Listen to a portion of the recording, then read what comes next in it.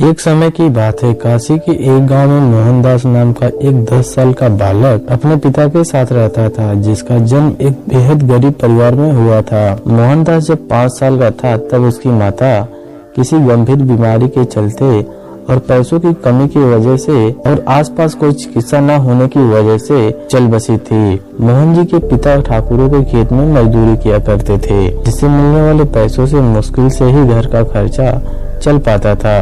उस समय में छोटे छोटे गुरुकुल हुआ करते थे, जहाँ पर शिक्षा का ज्ञान दिया जाता था, जिसकी मासिक फीस 100 रुपए थी। मोहन के पिता जैसे तैसे मजदूरी करके रोज का मात्र 20 रुपए ही कमा पाते थे, यानी कि महीने का 600 रुपए ही वो कमा पाते थे, जिसमें से 100 रुपए मोहनदास की फीस में चले जाते थे और बाकी के पैसों से घर का गुजारा होता था।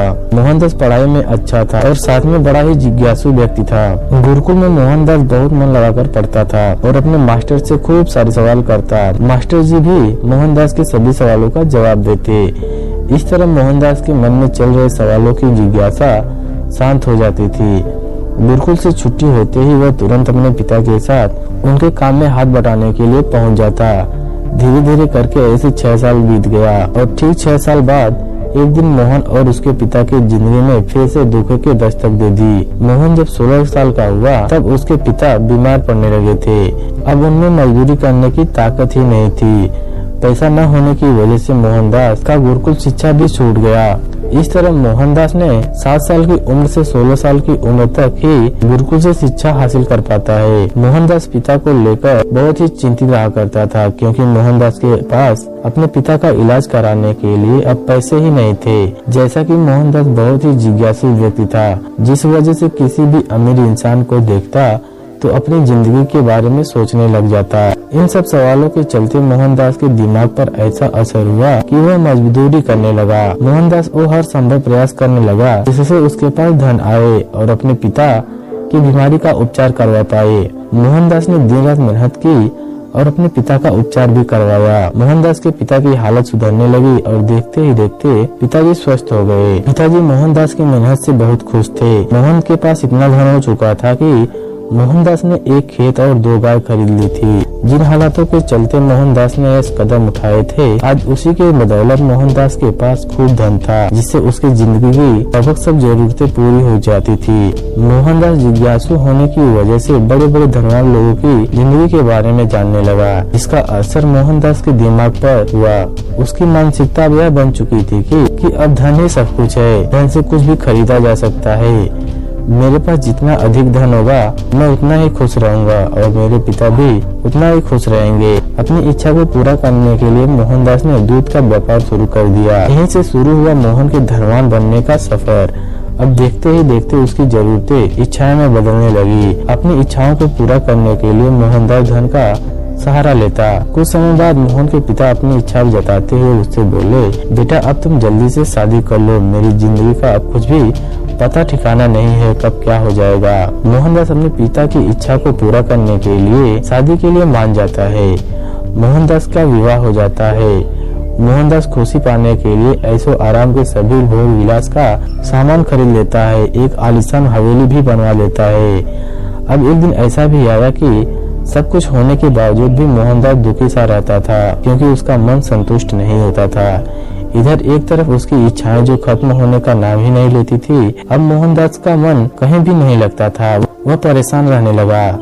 जब से मोहनदास ने अपनी तमाम इच्छाओं को पूरा करने का सफर शुरू किया था, तब से मोहनदास सुख चैन की नींद नहीं सो पाया था। मोहनदास की हालत पागलों जैसी होने लगी थी। उसे संतुष्टि नहीं मिल रही थी। उसे समझ नहीं आ रहा थी कि वह क्या करे। इधर भगवान बुद्ध नेपाल से बौद्ध धर्म का प्रचार करते हुए भारत में काशी की तरफ आ रहे थे। बुद्ध काशी के एक गांव में रुके हुए थे। मोहनदास को इस बात का पता चलते ही वह भगवान बुद्ध जी के पास पहुंच जाता है। भगवान बुद्ध अपने शिष्यों को प्रवचन सुना रहे थे। इतने में मोहनदास बुद्ध के पास रोते हुए पहुंचा और बोला, मैं अपनी जिंदगी से बहुत ही ज्यादा परेशान हो गया हूँ। हे बुद्ध, मैंने जीवन में खूब धन कमाया ताकि अपने सुकून के लिए कुछ भी खरीद सकूं। मुसीबत के समय मेरा यह धन मेरे बहुत काम आया। इनसे मैंने अपनी हर सुख सुविधा की वस्तुएं खरीदी, जिनसे मुझे बहुत ही खुशी मिली। तो ऐसी क्या वजह है जो मेरे मन को संतुष्ट नहीं कर पा रही है? आज मेरे पास सब कुछ है जिससे मैं खुश तो रहता हूँ, लेकिन अधिक समय तक नहीं। सब कुछ होने के बाद भी मुझे सुकून क्यों नहीं मिल रहा है? मन को शांति और संतुष्टि क्यों नहीं मिल रही है जो मिलनी चाहिए? कृपया मेरी इस समस्या का समाधान करें, अन्यथा मैं खुद का प्राण त्याग दूंगा। तब भगवान बुद्ध मुस्कुराए और कहे, तुम्हारे दुख का कारण तुम्हारी असीमित इच्छाएं हैं। धन दौलत से तुम लंबे समय की खुशियां तो खरीद सकते हो, लेकिन सुकून की जिंदगी नहीं। धन से इंसान सुकून का एक पल भी नहीं खरीद सकता है। धन से तुम खुशियों का महल, मखमल के गद्दे और सोने चांदी से बनी चारपाई तो खरीद लोगे, लेकिन सुकून की नींद कभी नहीं खरीद सकते, क्योंकि यह धन से नहीं ज्ञान से खरीदी जाती है। सुकून तुम्हारे अंदर मौजूद है, जो कि असीमित इच्छाओं वाले पहाड़ के नीचे दब गई है। जिस दिन तुम अपने असीमित इच्छाओं के विचारों को एक सीमित दायरे में कैद कर लोगे, तो उसी दिन से असीमित इच्छाओं वाले पहाड़ के नीचे दबा हुआ सुख और सुकून आजाद होकर तुम्हारे जीवन में बढ़ जाएंगे। बुद्ध की इन बातों को मोहन के मन पर सकारात्मक असर हुआ। मानो मोहन के सर के ऊपर से सब कुछ बोझ हट गया हो। मोहन के अंदर खुद को सुखी करने की कोई इच्छा शेष नहीं बची थी। वह समझ चुका था कि मेरी परेशानी का कारण मेरी यह असीमित इच्छाएं ही हैं, जिस वजह से मैं कभी भी सुख की नींद नहीं ले पाया, कभी सुख के पल का स्वाद मैं चख नहीं पाया। अब मुझे कुछ नहीं चाहिए।